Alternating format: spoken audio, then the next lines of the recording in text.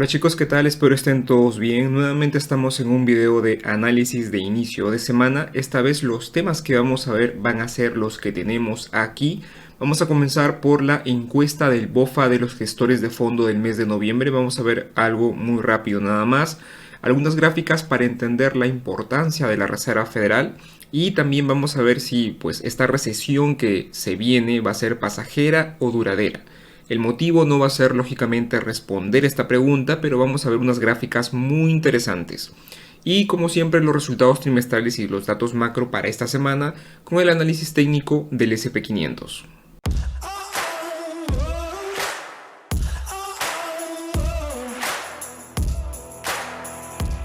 El punto más importante que debemos tener en cuenta para esta encuesta del BOFA de los gestores del fondo del mes de noviembre es que, como siempre, primero se realiza a una gran cantidad de gestores de fondo, 272 para la encuesta del mes de noviembre, con unos 790 mil millones de dólares bajo gestión.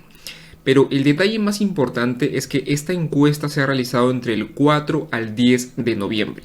Aquí tienen más o menos los días para ver qué es lo que ha pasado a nivel de datos macro, a nivel de compañías, ¿ya? Y esta encuesta se ha cerrado antes del dato de inflación del mes de octubre, que sabemos que ha salido positivo, ¿no? Ha salido, ha salido un dato bueno, aceptable, y bueno, la bolsa lo ha tomado pues con optimismo. Entonces hay que tener en cuenta porque esta encuesta justamente se cierra antes de. Entonces lo ideal hubiera sido tener una encuesta pues después de este dato de inflación, ¿no? Pero bueno, vamos a ver algunos detalles que es importante. Y bueno, en la primera gráfica podemos ver que el 90% de estos gestores de fondo espera una menor inflación, pero solamente el 30% de estos espera un corte en la subida de tipos de interés para los próximos 12 meses. Ya vemos que, por ejemplo, si bien es cierto, estos gestores de fondo esperan que la inflación baje, ya esto, como lo vengo repitiendo, se va a dar en algún momento, si es que no hemos llegado ya a ver el pico más alto, ¿ya? Pero con respecto a la subida de tipos de interés vemos que no, vemos que solamente el 30% de ellos piensa que pues la Reserva Federal va a hacer un recorte en la subida de tipos. El resto pues piensa que aún los tipos van a subir en los próximos 12 meses. Luego en esta otra gráfica tenemos que el 77% de los gestores de fondo piensa que tendremos una probable recesión en los próximos 12 meses. Y aquí aproximadamente el 55% de estos gestores de fondo desean que las compañías pues mejoren su balance. Luego también está sonando nuevamente el escenario de estanflación, donde el 92% de estos gestores de fondo, una gran cantidad de gestores de fondo, espera que Estados Unidos pase por un periodo de estanflación en los próximos 12 meses. Recordemos que el periodo de estanflación sucede pues cuando se tiene un crecimiento por debajo de la tendencia y se tiene una inflación que pues está por encima de la tendencia. Y luego en los niveles de cash aún siguen siendo niveles bastante elevados, 6.2% para estas fechas de esta encuesta. Recordemos que nuevamente esta encuesta se da antes del dato de inflación y es muy probable que esto haya cambiado o haya al menos bajado un poco, ¿no? Y luego también vemos que la asignación al sector tecnológico, al sector de la tecnología, está en mínimos desde el año 2006. Estos gestores de fondo pues cada vez tienen menos asignación en este portafolio al sector de la tecnología, ¿no? Está, digamos, en mínimos desde el año 2006. Y luego también he querido colocar esta información que, si bien es cierto, no es de la encuesta del BOFA, ya de gestores de fondo, pero sí es del documento del BOFA de The Flow Show, que es del 17 de noviembre. Es información más reciente y ya tenemos información aquí después de ese dato positivo de la inflación. Y vemos que aquí la entrada, ya el dinero que va a la renta variable, ha sido de 22.9 mil millones de dólares. Es la entrada de dinero a la renta variable más grande en las últimas 35 semanas. Luego tenemos esta información también muy importante que nos dice pues que los clientes privados del BOFA, por cierto, tienen unos activos de 3 billones de dólares, ojo, billones de dólares, ¿ya? Donde pues la asignación de estos diferentes activos son el 62% en acciones, el 19% en bonos y tienen un 11% en cash, ¿ya? Estos son los clientes privados del BOFA. Y luego aquí continuando con la encuesta de los gestores de fondo del BOFA del mes de noviembre, vemos que se les pregunta, ¿no? ¿Qué es lo que ellos consideran el mayor riesgo? Y en primer lugar, pues para sorpresa de todos, este mes de noviembre ha aumentado y ven que la inflación es el mayor riesgo. Luego en segundo lugar, con un 18% tenemos pues conflictos geopolíticos, ¿no? Tenemos aquí lo de Rusia-Ucrania, China-Taiwán y cualquier otro conflicto geopolítico que pudiera haber. Luego en tercer lugar tenemos que los bancos centrales sigan con esta política hawkish, ¿no? Una política restrictiva. Luego también aquí una recesión global profunda, ya estamos aquí con un 18%, que son también porcentajes considerables. Y en quinto lugar tenemos un evento crediticio sistémico. ¿Cuáles son o cuáles serían estos eventos crediticios sistémicos?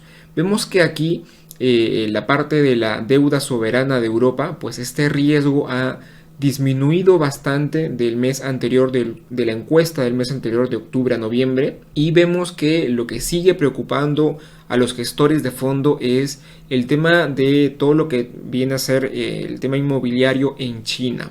Y luego también aquí vemos la banca en la sombra. Ya yo he querido colocar este término porque posiblemente muchos no los conozcamos, me incluyo yo, que es la banca en las sombras. Dice que es un término que describe actividades similares a las de un banco, pero no lo son, ¿ya? Tiene lugar fuera del sector bancario tradicional y son actividades que no están reguladas, ya son movimientos, mayormente préstamos que no están regulados.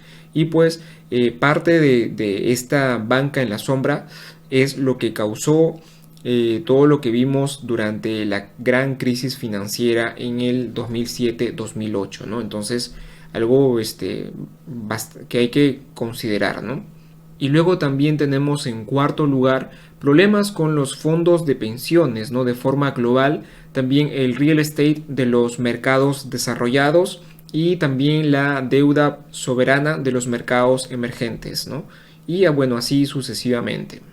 Y luego tenemos aquí los pesos que tienen en cartera pues los gestores de fondo. Vemos que por ejemplo están bastante sobreponderados en cash, luego también en inversiones alternativas, commodities, y por el otro lado pues están digamos bastante infraponderados en lo que son acciones, ¿ya?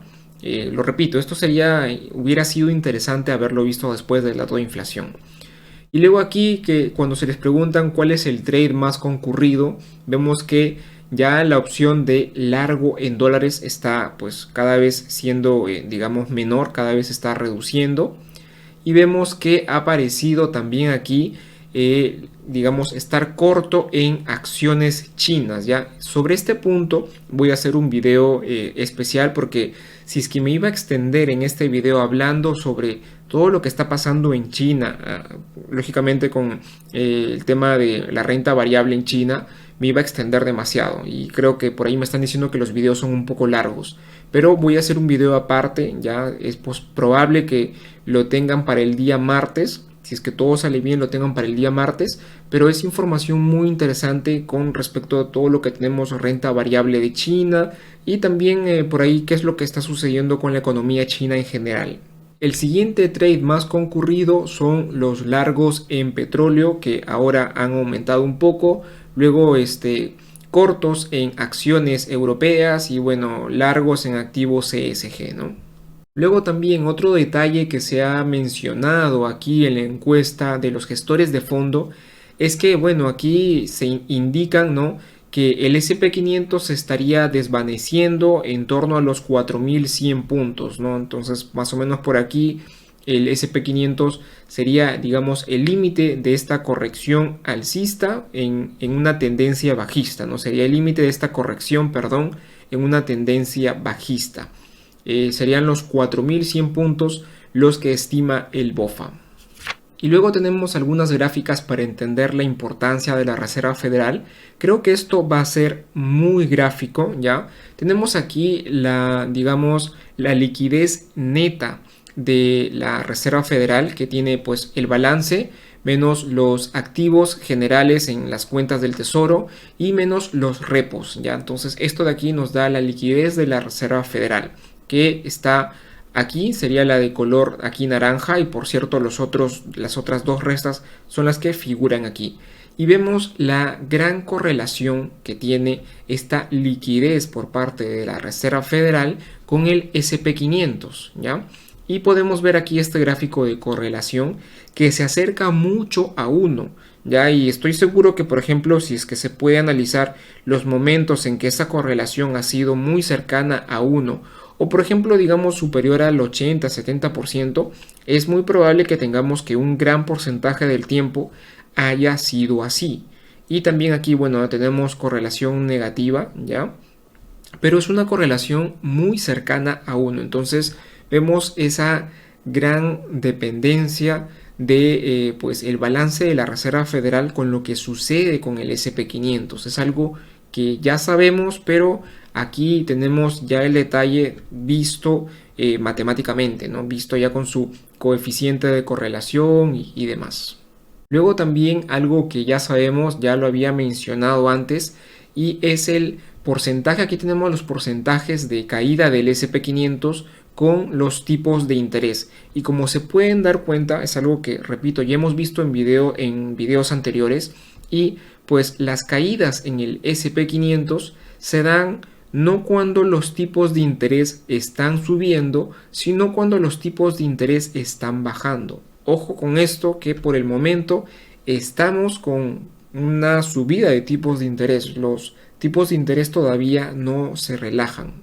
Y luego tenemos aquí esta otra gráfica que parece muy similar a la anterior, pero aquí tenemos el EPS, tenemos los beneficios, los earning per shares, ¿no? Los beneficios por acción del SP500, y vemos que sucede lo mismo. Cada vez que se relaja, ¿no? Que es la línea de aquí de color, creo que este es celeste, ya cada vez que se relajan estas políticas de la Reserva Federal, pues vemos que también los EPS, los beneficios por acción, caen, ¿no? Tenemos lo que sucede con el SP500 y tenemos lo que sucede con los beneficios por acción. Y ahora pasemos a ver si es que esto pues parece ser una recesión pasajera o va a ser una recesión duradera. Les repito, la intención de esta sección no es responder a esta pregunta porque sería algo muy complicado de hacer. Pero sin embargo hay información muy interesante de que pues vamos a tener una recesión, creo yo, importante, por decirlo de esa forma, ¿ya? Esta de aquí es el índice líder de Conference Board, ya el LEI, ese es el nombre del índice, que lo tenemos aquí en esta gráfica, y acá tenemos otra forma de verlo, y lo que nos dice, por ejemplo, aquí en esta gráfica es que desde prácticamente marzo del año pasado, marzo de este año 2022, pues cada vez este indicador se ha estado contrayendo y se lleva contrayendo desde los últimos 8 meses aproximadamente, ¿no? Bueno, desde todo este tiempo va contrayéndose el índice, lo que pues nos demuestra de que podría estar viniendo una recesión, que más o menos es lo que vemos aquí, y vemos cómo se va contrayendo este índice, que por cierto es la línea de color azul. La línea de aquí de color plomita es la del PIB, pero vemos que ya está siendo o está entrando en terreno pues ya negativo, ¿no? ¿Y qué es ahora pues este indicador del T-Conference Board, ¿no? Bueno, este indicador nos dice la misma T-Conference Board que está diseñado para señalar los picos y valles en el ciclo económico, como lo podemos ver por ejemplo por aquí, ¿no? Picos, valles, ¿no? ¿Ya? Se construye para resumir y revelar puntos de inflexión comunes en la economía de una manera más clara y convincente que cualquier componente de forma individual. Es un índice que tiene diferentes componentes. El LEI es una variable predictiva que anticipa o adelanta los puntos de inflexión en el ciclo económico en alrededor de 7 meses. Entonces aquí vemos, por ejemplo, que este indicador ya está marcando por aquí una posible recesión, y al cabo de pues unos, aquí estamos hablando más de 7 meses, ya estamos hablando casi un año, pues viene la recesión. Y igual de aquí, de esta misma forma, y también lo podemos ver casi muy similar aquí, pero ya vemos que lo ocurrido por la pandemia fue un caso muy puntual, y vemos que aquí pues tanto la parte de la recesión que tuvimos por la pandemia con este indicador pues casi bajaron ambos al mismo tiempo, ¿no? Y luego tenemos este otro escenario donde también nos estaría indicando que pues hay una recesión pronta por venir. Luego tenemos aquí los futuros de nuevos pedidos de la Fed de Filadelfia, que al día, bueno, en el último dato del mes de noviembre, ya es el último dato, figura en menos 16.7. Son estos nuevos pedidos que pronostican el cambio en los nuevos pedidos durante los próximos 6 meses de las empresas manufactureras que informan en esta encuesta, ¿no? Vemos que este nivel no se tenía desde los años 80. Ya no teníamos este nivel ni siquiera aquí en la crisis financiera, ni mucho menos en las .com, ni mucho menos en los años 90, sino nos tenemos que retroceder hasta 1980 para ver estos niveles de nuevos pedidos de las empresas manufactureras. Luego también esta gráfica me ha parecido muy interesante, porque si bien es cierto, aún no tenemos el conteo de los despidos que tendrían las diferentes tecnológicas, pero según sumando, aquí ya esta es una suma de todas las compañías que han indicado pues posibles despidos y demás, se estaría llegando cerca a los 34.000 posiciones o 34.000 personas despedidas. Y bueno, aquí vemos claramente que pues el nivel de noviembre, cuando salga, que por cierto aún no termina, pues vamos a llegar a niveles que no se habían visto en los últimos, no sé, más de 12 meses o aproximadamente 12 meses, ¿no? Entonces hay que tener bastante cuidado con el tema del desempleo, la tasa de desempleo, que yo vengo avisando también hace muchos videos que hay que echarle mucho ojo a los temas de empleo. Luego también aquí tenemos una gráfica de Zero Hedge que también está muy interesante, y ve también esa confianza tanto de las personas que compran vivienda, como de las personas que construyen viviendas o las empresas que construyen vivienda. No vemos que esta confianza pues está disminuyendo, se está reduciendo tanto por ambos digamos grupos, por aquellos que compran y por aquellos que fabrican o que hacen estas casas, ¿no? Y bueno, aquí algunas palabras, ¿no? El tráfico de compradores es cada vez más escaso, según el presidente de la Asociación Nacional de Constructores de Vivienda de los Estados Unidos. Y luego también aquí el CEO de esta gestora de fondos, ¿no? Dice, no es la década de 1990, de 1920 o la de 1970, antes o después de la guerra. No hay análogo, dice, los puntos de partida de hoy son como ninguno que hayamos visto antes. Ojo. Es muy curioso lo que está pasando aquí con el mercado inmobiliario, ¿ya? La confianza de los que compran vivienda como la que las construyen está cayendo. Y luego aquí tenemos los costos de envío, de transferencia, específicamente pues de los contenedores de 40 pies, que ya a la fecha pues han reducido, han caído tanto como a los niveles prepandemia, ¿ya? Aquí yo he querido trazar estas dos líneas rojas, donde vemos, por ejemplo, un mínimo en los precios de este envío de los contenedores de 40 pies, y vemos, por ejemplo, aquí un máximo, ya lógicamente fuera de lo que pasó con la pandemia y todo lo que pasó con Rusia y Ucrania, fuera de todo eso, ya si no estamos hablando de periodos normales, que más o menos este precio de este envío de los contenedores de 40 pies oscila aproximadamente entre los 800 y digámoslo unos 2.500 o 2.600 dólares. Más o menos entre este precio oscila normalmente un contenedor, ¿ya? Y yo diría, ya por lo que más o menos conozco, que este precio en promedio ya ronda los 2.000 dólares. Creo que ese es un precio que se conoce, digamos, estándar, promedio. Ya es un precio de los 2.000 dólares.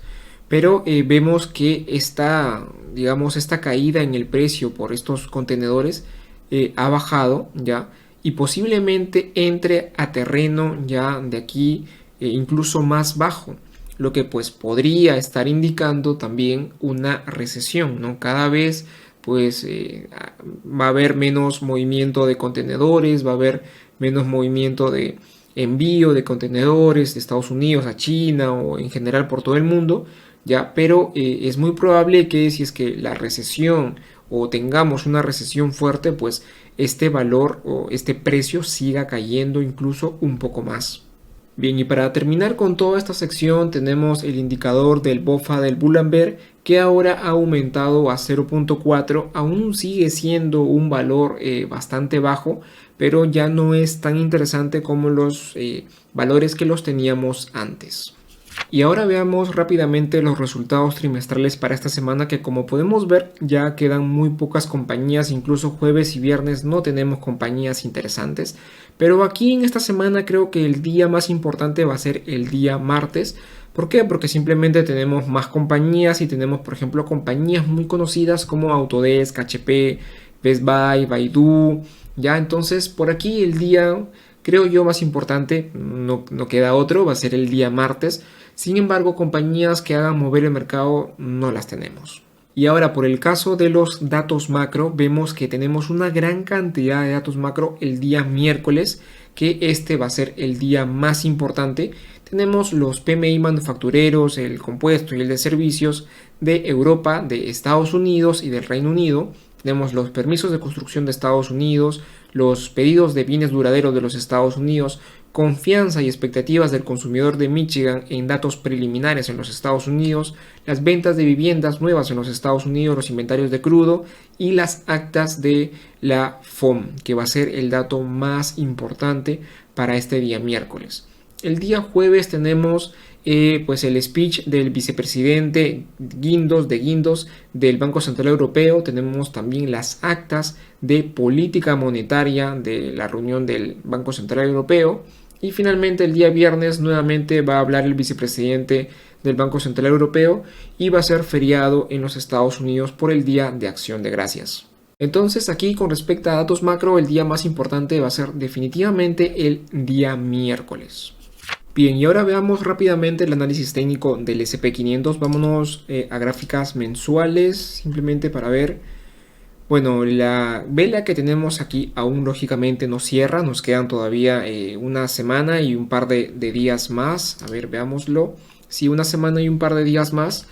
Y bueno, aquí todavía vemos indecisión. Vemos que la vela ha tenido un mínimo, ha tenido un máximo. Está por aquí, aún vemos indecisión. Y algo que quiero que vean es aquí la resistencia y el soporte atrasado, que vemos que esta vela está cuadrando muy bien dentro de estos soportes y resistencias que tenemos, ¿no? Ya, vamos a gráficas de 4 horas. Ya. Lo que vemos aquí es que, bueno, el SP500 se ha quedado por aquí, se está moviendo por esta zona. Posiblemente sea una pequeña zona que se esté lateralizando por aquí. No quiero trazar más líneas porque no creo que estos movimientos de aquí sean importantes. Yo me sigo quedando con las líneas que ya tenemos trazadas desde hace mucho tiempo, por cierto. Ya desde prácticamente, no lo sé, estas líneas desde cuándo están trazadas, pero tienen bastante tiempo trazadas. Y como pueden ver, ya justo la línea de aquí superior trazada, ya mayormente el movimiento técnico de un activo, en este caso el SP500, no cuadra específicamente con una línea de soporte y resistencia, sino que más bien esto es una zona. Ya, esto ya lo he explicado yo en videos anteriores, pero cuando hablamos de, digamos, soportes y resistencias, no hablamos de un nivel específico, sino de una zona.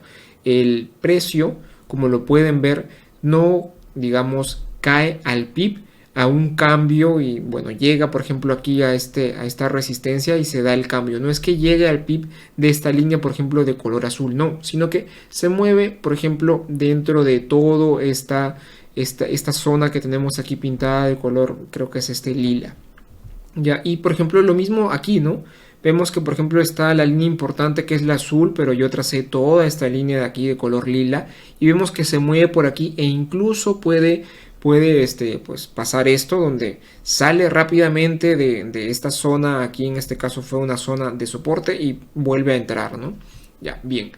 Esta línea quiero que vean, está justamente muy cerca de esos 4100 puntos que indica el BOFA, ya. Yo creo que esto también lo debe haber indicado el BOFA por simplemente niveles técnicos y está justamente dentro de esta zona que pues ya habíamos trazado hace mucho tiempo, ya. Y también está aquí, ya lo había indicado en el video anterior, que era muy probable de que el SP500 pues en un inicio pueda llegar hasta este punto, y si es que el mercado sigue tomando señales positivas, los datos que vienen saliendo, pues fácilmente el SP500 podría llegar hasta este siguiente nivel. Si es que no, el SP500 pues caería hasta los niveles de aquí, ya en un inicio, por ejemplo este de aquí ya, y de ser, digamos, tener unos resultados negativos, unos resultados peores, que baje esa confianza de los inversores que le ha venido ahora muy bien por el dato de inflación, pues podríamos tener nuevamente otra caída hasta estos niveles de aquí, ¿ya? Yo simplemente me voy a seguir manteniendo con lo indicado aquí. Creo que la última semana no hemos tenido un movimiento interesante, sino que ha subido, ha bajado y se ha quedado por estos niveles. Creo yo un nivel de indecisión, ya como lo repito, no quiero trazar ninguna otra línea porque quiero seguir manteniendo las que tenemos, porque creo yo son soportes y resistencias importantes. Y creo que pues ahí van a ser esos puntos donde el SP500 va a virar, va a cambiar o va a esperar algún dato para pues decidirse y hacer este cambio. Ya, entonces yo por ahora voy a seguir manteniendo estas líneas trazadas la semana anterior, ¿ya? Y sigo con lo mismo, ¿ya? Sigo con lo mismo, ¿por qué? Porque creo yo que todavía no hay nada aún decisivo para ver a un SP500 indicando pues de que sí, ya cambió de tendencia y hemos pasado de una tendencia bajista a una tendencia alcista, ¿no? De un bear market a un bull market. Ya, yo creo que todavía no hemos llegado a ese punto e incluso yo sigo manteniendo mi postura a que el SP500 podría llegar a estos niveles o quizás a estos niveles de la línea roja aún, ya, quizás lleguemos nuevamente hasta aquí, ya, sería, digamos, muy, quizás exagerado ver un SP500 en los 3400 puntos, pero igual yo quiero dejar la línea tal cual la he dejado la semana anterior. Ya, entonces creo que no hay más que decir por aquí, ya todo va a estar igual. Con respecto a los datos macro y resultados trimestrales, no hay nada interesante que haga mover al SP500. Ya esa reunión de la FOM simplemente va a ser, ese dato de la reunión de la FOM simplemente va a ser un dato atrasado, ¿no? Vamos a saber qué han opinado, qué es lo que ha motivado a la FOM a tomar esas decisiones, pero más que eso no, ¿ya? Lo que sí va a importar esta semana son los diferentes miembros tanto de la Reserva Federal, ya miembros que con derecho a voto y posiblemente con aquellos que no lo tengan, pero lo que va a mover el mercado, creo yo, esta semana va a ir por ahí. Va a ir por esos comentarios, esos discursos, ¿no? A veces se les llama a los miembros de la FOM para algunas entrevistas y por ahí creo que va a ir el asunto para ver qué es lo que ellos están opinando, qué es lo que ellos dicen, y eso pues va a ser lo que finalmente va a terminar moviendo al SP500. A nivel de resultados trimestrales no hay nada interesante. A nivel de datos macro, yo creo que tampoco no lo hay. Lo único que nos queda son esos speech que hacen los miembros de la Reserva Federal con derecho a voto o no, que saben que yo no los coloco aquí en la plantilla de datos macro y resultados trimestrales. Así es que bastante ojo, porque si más no me equivoco, esta semana van a hablar varios miembros de la Reserva Federal, ¿ya? Y esto, lógicamente, no va a haber más a menos que suceda algo extra, algo que lógicamente no nos esperemos, ¿ya? Entonces, mientras no suceda eso, pues el SP500 va a seguir moviéndose por aquí en alguna de estas zonas, o al menos dentro de este amplio rango, a menos que, repito, suceda algo extraordinario o algún miembro de la FOM, pues diga algo interesante. Nada más que decir aquí, así es que esto ha sido todo por el día de hoy. Un saludo y que tengan excelentes inversiones.